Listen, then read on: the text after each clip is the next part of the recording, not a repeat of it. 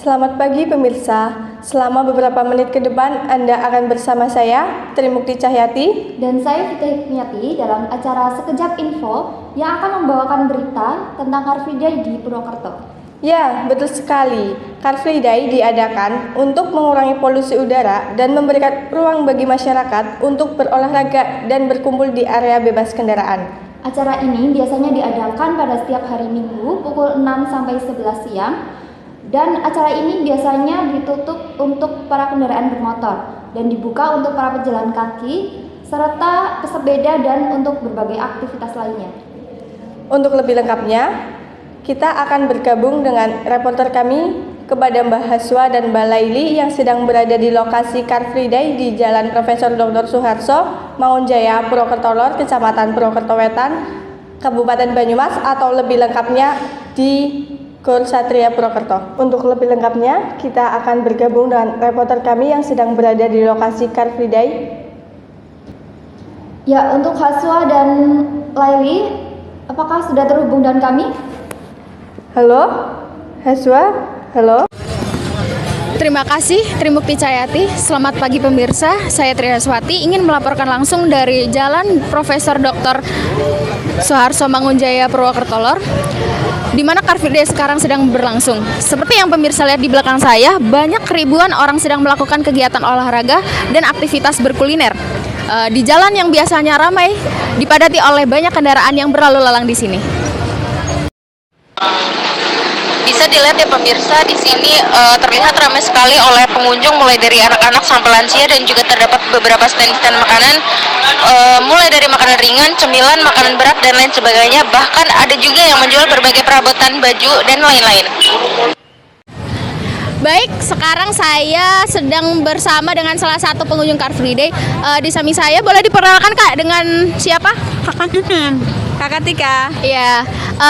Apa sih yang bikin kakak itu tertarik untuk datang ke Car Free Day? Karena banyak makanan sama mau kulineran aja. Karena untuk olahraga sama kulineran, Kak. Ya, karena biasanya itu Gen Z kan cenderung untuk mager-mageran, apalagi ini weekend ya Kak. Baik, demikian salah satu alasan dari pengunjung Car Free Day. Ternyata tidak semua Gen Z itu mageran. Selanjutnya saya serahkan kepada rekan saya yang berada di dalam stadion. Terima kasih kepada Tri Haswati. Saya Laili Amelia Saputri melaporkan langsung dari Stadion Gor Satria Purwokerto. Bisa dilihat ya teman-teman di belakang saya, dari pukul 6 pagi hingga pada saat ini jam 8 pagi masih banyak aktivitas yang dilakukan oleh masyarakat Purwokerto. Dari berbagai macam aktivitas, ada yang bermain sepak bola, ada juga yang berlari-lari ataupun berjalan santai bersama keluarga atau kerabat masing-masing. Adapun masyarakat yang duduk-duduk santai di tribun untuk menikmati sekitar, melihat orang yang sedang berolahraga, dan tepat pada waktu saat ini ada kegiatan sepak bola yang dilakukan oleh remaja. Dan pada saat itu juga di luar stadion ada pertunjukan tari yang mana tari tersebut ditampilkan oleh penari yang berasal dari Papua. Demikian laporan dari saya dan rekan saya yang dapat kami sampaikan. Selanjutnya saya kembalikan ke rekan saya yang ada di studio. Terima kasih Haswa dan Laili atas laporannya. Ternyata banyak juga ya aktivitas masyarakat Purwokerto, mulai dari anak-anak sampai lansia, bukan hanya berolahraga saja, tetapi juga banyak yang melakukan kulineran berbagai jenis makanan.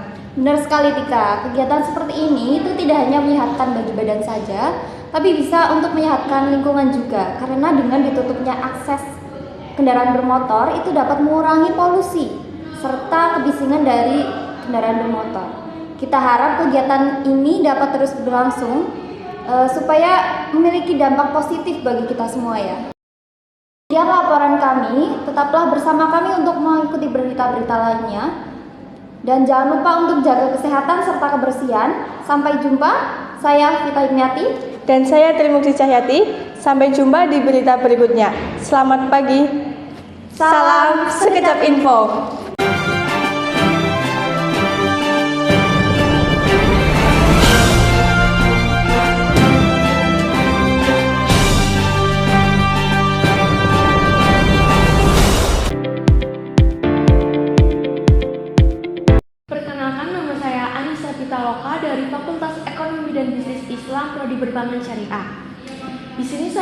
menjelaskan hubungan public relation dengan pembawa berita atau reporter. Beberapa aspek yang menggambarkan tersebut adalah 1. Sumber informasi. PR profesional menyediakan informasi kepada media seperti rilis berita, laporan, dan akses ke narasumber dari organisasi mereka. Mereka berusaha untuk mendapatkan liputan media yang positif bagi klien atau organisasi mereka.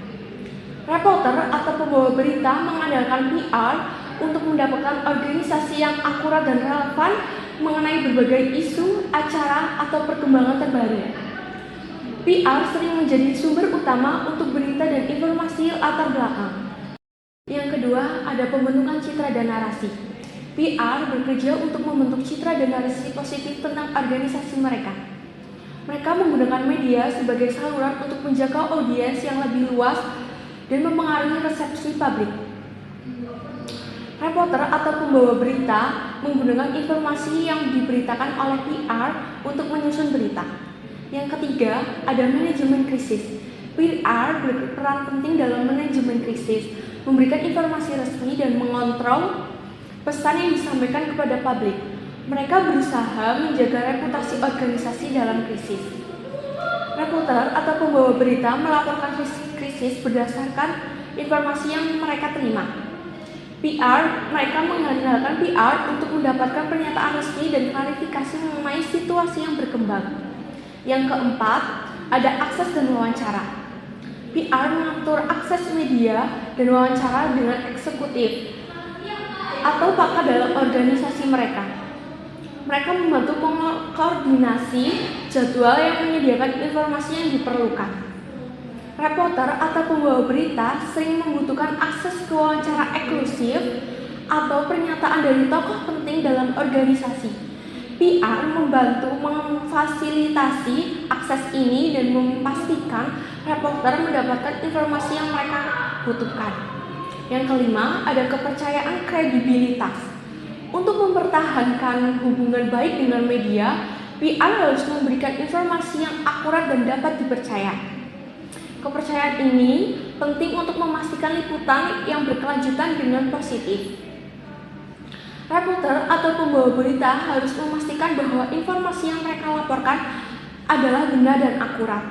Mereka mengandalkan PR untuk memberikan data yang dapat dipercaya dan validasi informasi yang mereka terima. Yang keenam, ada promosi dan liputan. PR bertanggung jawab untuk mempromosikan acara, produk, atau inisiatif organisasi mereka. Mereka mengundang media untuk meliputi acara dan menyebarkan berita melalui rilis pers dan kampanye media. Reporter atau pembawa berita mencari berita menarik dan relevan untuk dilaporkan. PR sering memberikan petunjuk, tantangan, acara, atau cerita yang bisa menjadi berita utama, membantu reporter menemukan materi yang layak diliput. Yang ketujuh, ada pengembangan hubungan. PR berusaha membangun hubungan jangka panjang dengan media termasuk reporter dengan memberikan informasi yang berguna dan merespons permintaan mereka dengan cepat. Reporter atau pembawa berita yang memiliki hubungan baik dengan PR profesional lebih mudah mendapatkan akses ke informasi dan narasumber. Seringkali mendapatkan kesempatan untuk meliputi acara eksklusif. Yang kedelapan, ada feedback dan evaluasi. PR memantau liputan media untuk mengevaluasi aktivitas kampanye komunikasi dan memberikan feedback kepada organisasi mereka. Reporter memberikan feedback secara tidak langsung melalui liputan yang mereka buat. PR menggunakan liputan ini untuk mengukur keberhasilan strategi komunikasi mereka dan menyesuaikan pendekatan di masa yang akan datang. Jadi, kesimpulannya, hubungan antara public relation dengan reporter atau pembawa berita adalah hubungan yang saling menguntungkan dan penting dalam ekosistem media. PR menyediakan informasi, akses, dukungan yang dibutuhkan reporter atau pembawa berita untuk melakukan pekerjaan mereka.